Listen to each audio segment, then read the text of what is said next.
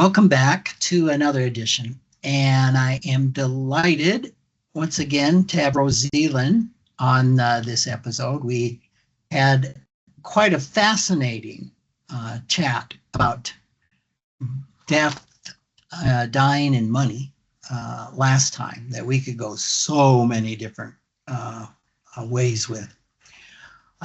So thank you for being back. One thing that stood out to me in our last episode was when you talked about the importance of in working with a terminal client and as a CFP, that you have your CFP position, which has an agenda to it. Mm-hmm. If nothing else, in the financial well-being of the client, but has some advice giving or here's some education or here's some things you might consider doing.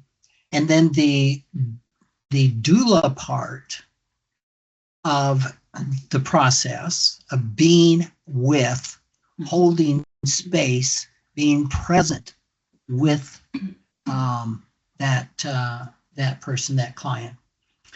And we talked about the fact that very few CFPs are trained in doing that, and how you serve as a bridge between the CFP and the client to help bridge that gap. And one thing that you said that was really interesting to me was that you're following the client in that space, which is something I, quote, discovered couple decades ago and first doing this work, is following the client, which was very, very unfamiliar to me. And I thought, that's interesting. And you also used the word of witnessing, being there as a witness to the client. Say more about that. What is the importance of a person in the space that's agendaless, that's being with the client? What is the power of this witnessing? Mm-hmm. Thank you for asking that question. It is a profound one. So the act of witnessing is where one person is given the opportunity to say, to feel, to express, to emote, to just be however they are. And the other person is allowing that to be okay. And it is a space that's free of judgment or agenda, again, that word, of there needing to be a specific outcome, but just holding the person who is going through this experience in unconditional positive regard. And without judgment, having checked the biases at the door. So that however that person is showing up, whatever they feel that they need to say, whatever they are struggling with, it's okay. When somebody is seen in that way, I hope you have had that experience. I hope that everybody who's listening has had that experience from at least one person in their life, whether it is a best friend, a therapist, a chaplain, a spiritual counselor, somebody who has been able to hold them with non-judgment and unconditional positive regard in a dark moment, potentially, and to just feel accepted, seen, and heard. That is a transformational moment in a person's life,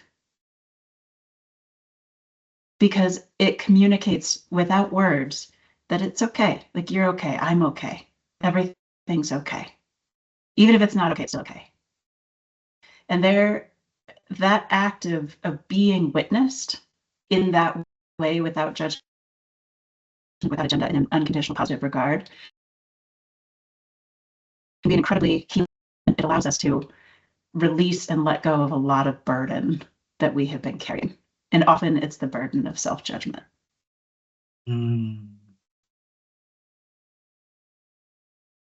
Wow. I don't know if you know what you just said.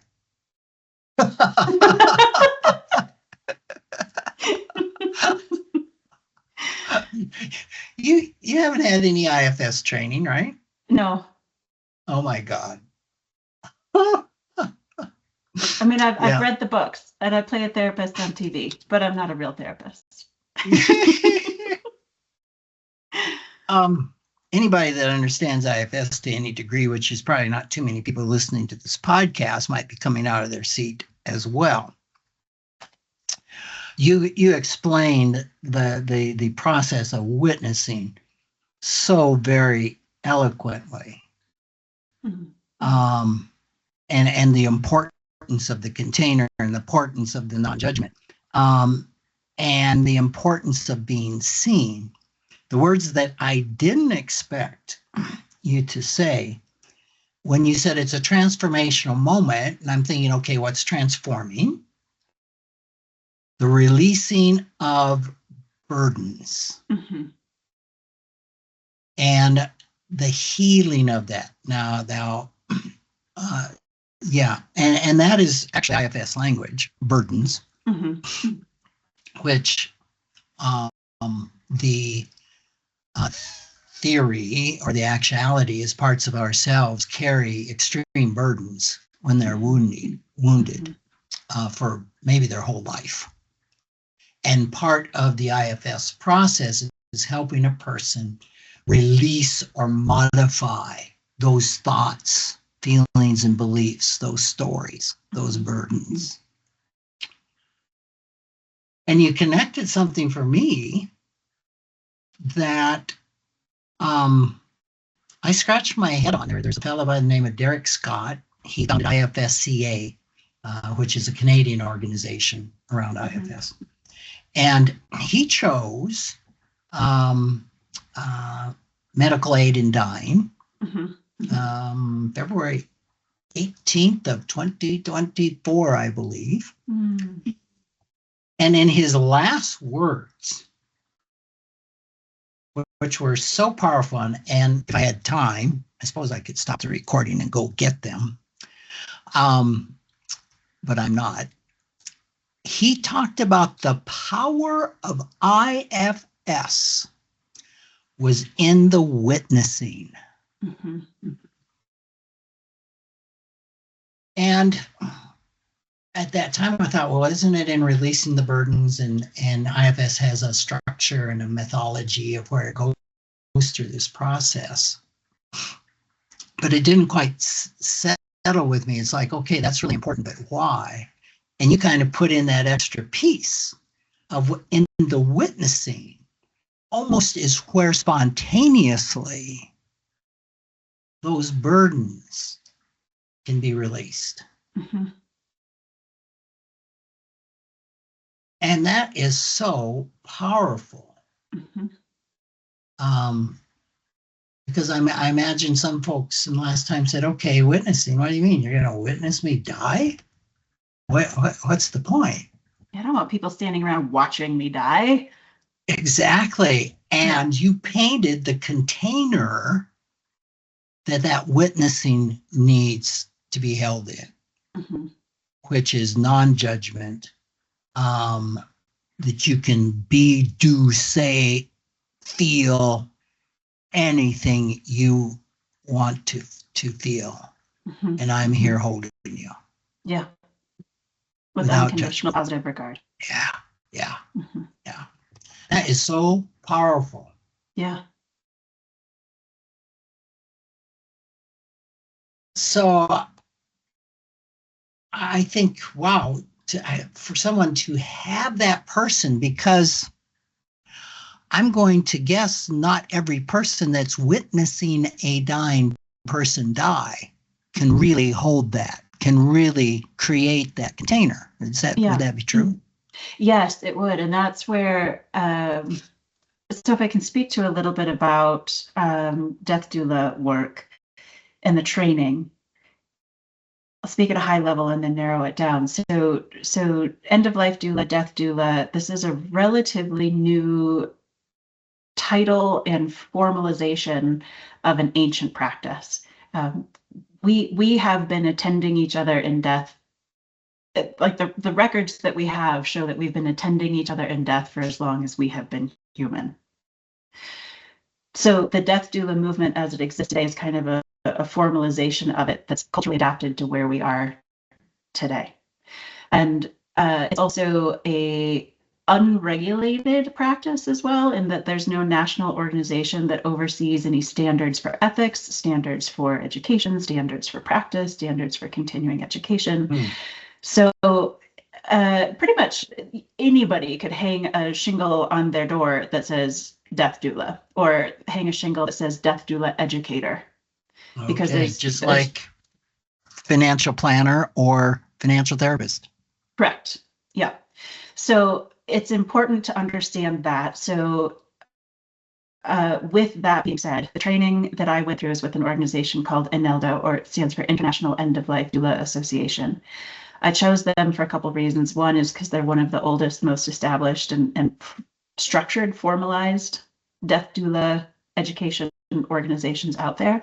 They do a tremendous amount with advocacy, and then they also align with my values in terms of, I'll say, diversity and access and inclusion in death care. So it's not exclusively the racial, economic profile that is typically available through historic death care models.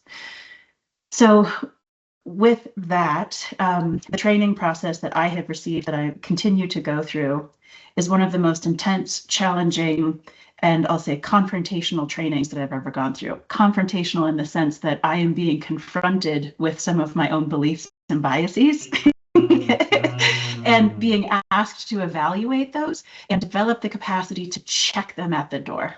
Wow. Because my beliefs and biases about what a good death is, or what death should be, or how somebody is thinking or feeling or processing or experiencing or doing death, is completely and entirely irrelevant. My opinions, my background have no place whatsoever in the room of the dying person in their circle of care. And learning how to identify my biases around illness, death, and dying, learning how to identify my biases around privilege and class and economics and financial planning, and then to check those and to have in the moment critical awareness of when I'm having a judgmental thought.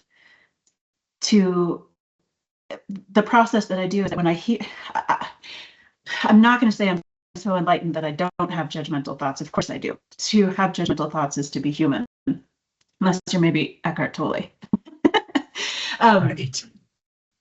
But so when I'm in conversation with somebody, if I have one of those thoughts, I just jot it on a piece of paper, because it's a way of me telling my brain, okay, we're having that thought. I will attend to you later, but now is not the time that you get to have any runway. So I make a promise with myself that I'll come back and attend to that later, but I have to set it aside so that I continue to show up with that neutral, unbiased, open space, unconditional positive regard for witnessing. And so the capacity to do that, like what is asked of the therapist, what is asked of the death doula, what is asked of the hospice worker, what is asked of the chaplain, to be able to do that in that capacity is a tremendous amount of personal work and interior investigation. And it's never a one and done, it is ongoing. I mean, this is something that I will be doing for the rest of my life and refining. And I am certainly nowhere near perfect. I never will be. But yeah, so when you have a family member or somebody who's in the circle of care who's very well-meaning and is there making their best effort at witnessing, unless they have learned through whatever pathway to set their own beliefs, values, and judgments aside, there's going to be an imposition of that on the dying person, which is maybe fine, maybe problematic.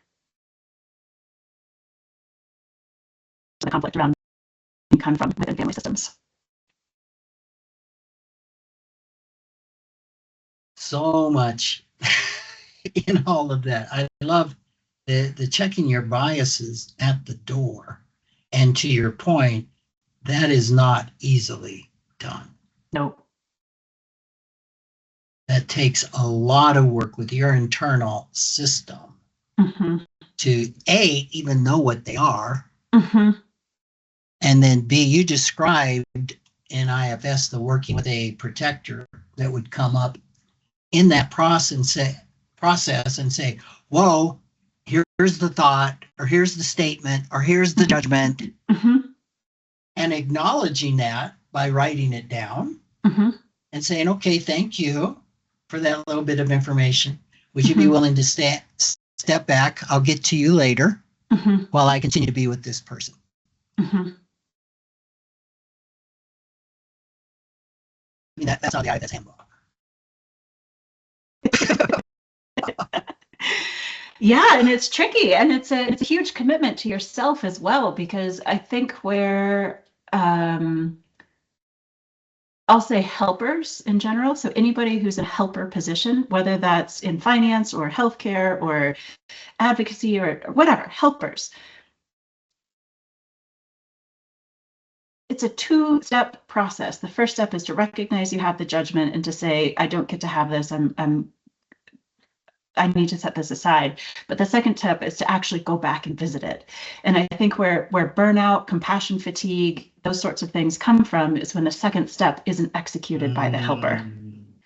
And so the helper ends up carrying a load of these judgments, these traumas, the things that they have witnessed without processing them. And that's where we start to get into trouble, and where the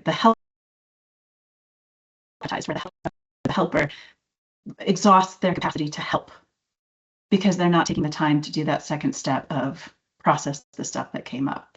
As an example, anger is a very common affect that shows up at end of life for a whole variety of reasons. Anger in the dying, anger in the caregiver, both. Yeah, either or, both. Yes, yes, and yes. Anger. My job coming in here as the witness, as the container and the holder of this space, if somebody is raging in front of me, I have already agreed that you get to rage. You get to feel whatever you feel.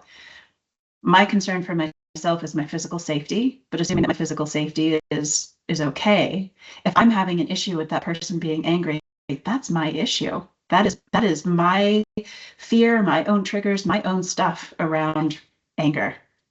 That's on me to figure out. That's not on the other person to temper what they're experiencing to make me more comfortable. Wow. Yeah. And that's hard to do. It's hard to do. And what a gift to that person. And circling back to your caregiving, I mean, you put that again so eloquently. I use a paragraph to describe what you did in a sentence or two.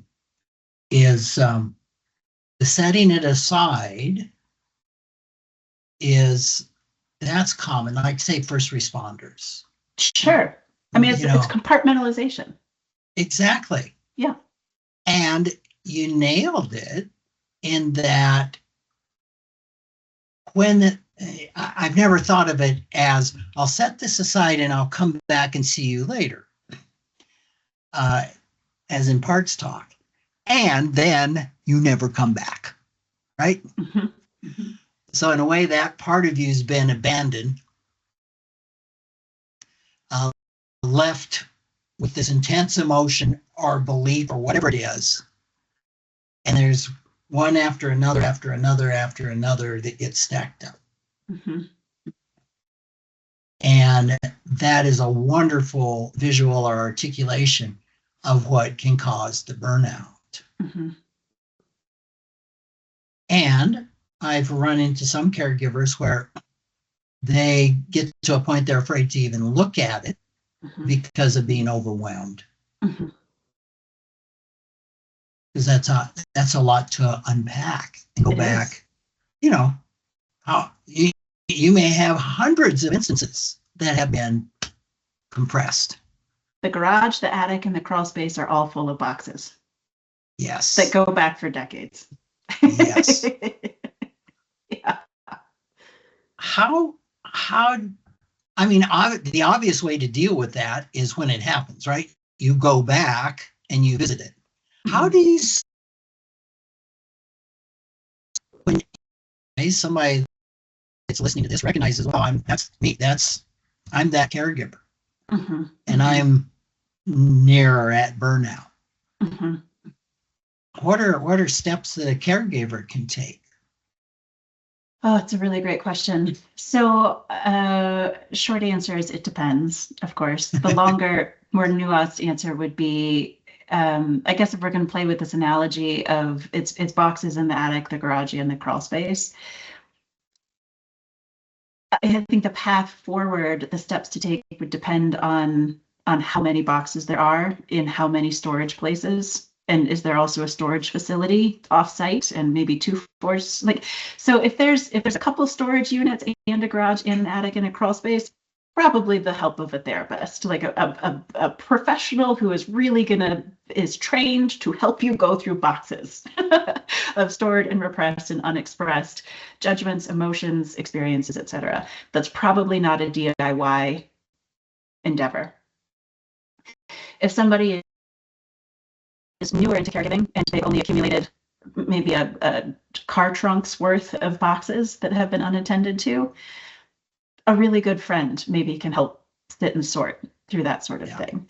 Or a trusted confidant, a good colleague, a good book with some good journaling prompts, a coach, something like that.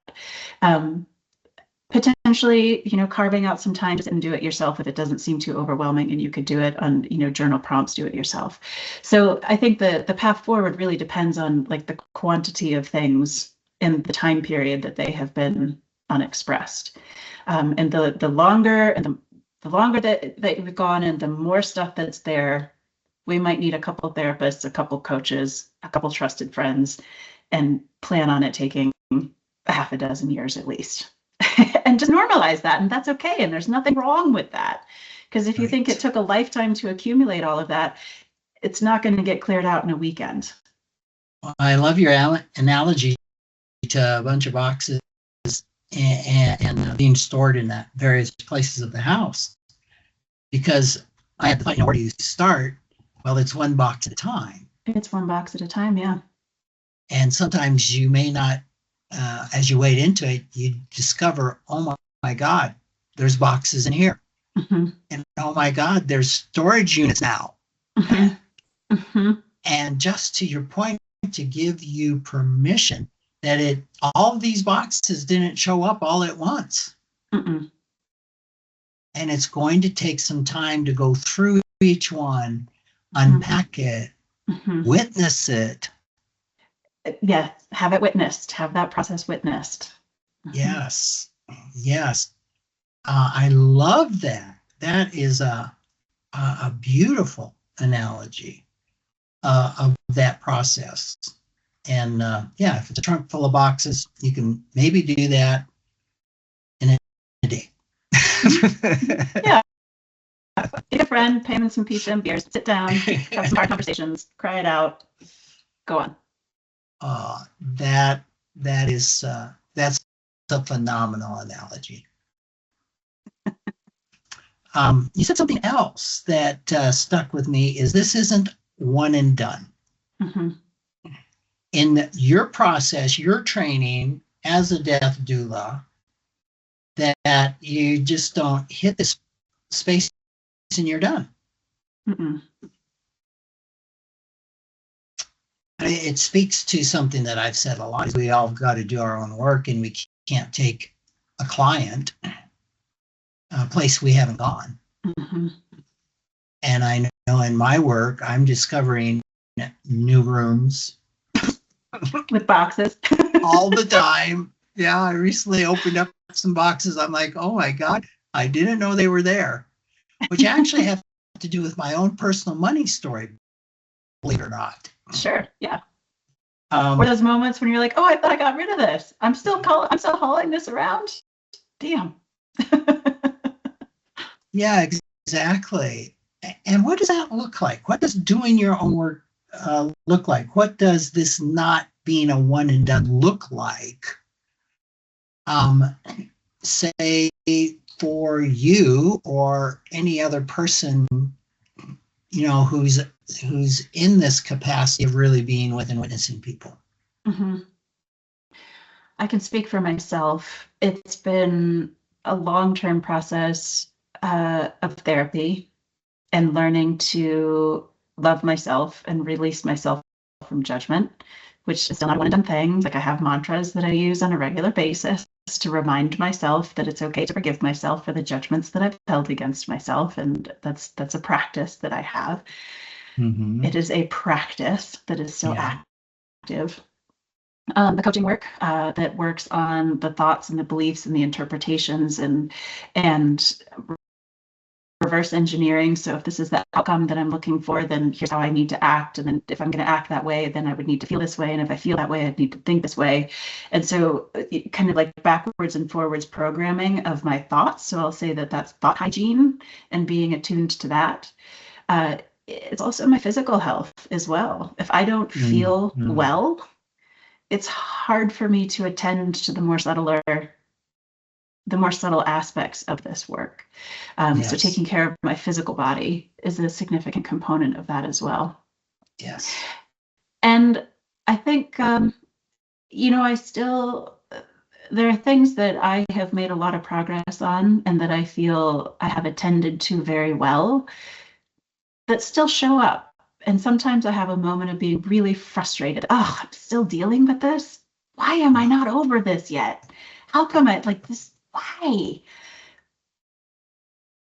So learning to face those moments with humor and softness is helpful, but that's an ongoing process as well, and a practice to be softer and gentler and kinder with myself. And I don't know, I can't speak to how other people have done this, but I would imagine that it's probably pretty similar. I'm seeing you nod your head in agreement of coming back to it. And there, I guess I will say the other component too is just ongoing learning. And I am a curious little monkey by nature. And so I have a huge bookshelf. And one of my life goals is to read all of the books I already own before I buy more of them. Oh my God. But I get interested in new topics before I have caught up to and read the thing that I was interested in last month. And so just ongoing learning, and it's blogs, it's forums, it's conferences, it's books, it's thought leaders. It's just trying to surround myself in information to be challenged in new ways, to look at things in different angles, and then to reevaluate all the things that I thought I figured out through that new lens. It adds a clarity and a nuance and greater insight and wisdom, I think. And that's, I guess, a little shout out to aging. I love aging, I have to say, because your beard, for anybody who is listening and not watching this right now, Rick just scratched his big white beard. But I think like the gift of aging is being able to take all of these lived experiences, and if we are actively unpacking them and synthesizing them, there's tremendous wisdom that comes from that can be shared. And I really love this idea that when one of us heals, we help heal the world, because when we have done our own work, we clear a pathway for other people to follow behind and do their own work. And especially in this moment in history, in this time with all this conflict and division and struggle that we're having at individual levels, community levels, national, international levels, it is needed more than ever for all of us to have the individual imperative to do this work so that we can help others do their work too. Totally. Rose, that is a beautiful place to end on. Where can people find you at? Yeah, best place is my website. It's deathandmoney.com. You can also sign up for my newsletter there, which is called Threads of Insight. It goes out once or twice a month with various essays about money, meaning, and mortality. And you can also find me on LinkedIn as well. Rose, it has been more than a delight. Likewise, Rick. Always a pleasure. So much appreciate talking with you and your insights and your gems. And I know that our listeners are going to really appreciate what you have left with them. Thank you. Thank you. I hope to hear from some of them just to have conversation. Thank you. You're welcome.